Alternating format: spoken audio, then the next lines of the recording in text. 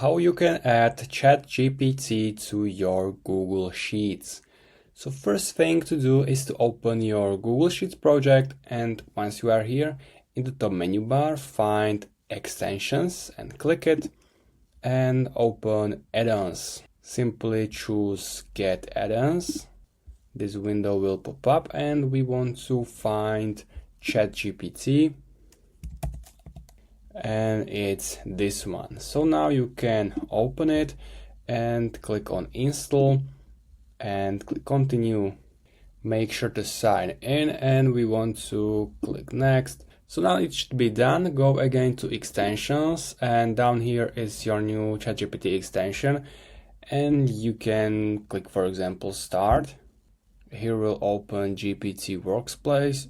And you can ask anything and do whatever you want with this ChatGPT. There are many options, some range, you can insert table, add a chart. You can play with it, scroll down and find what all you can do with this.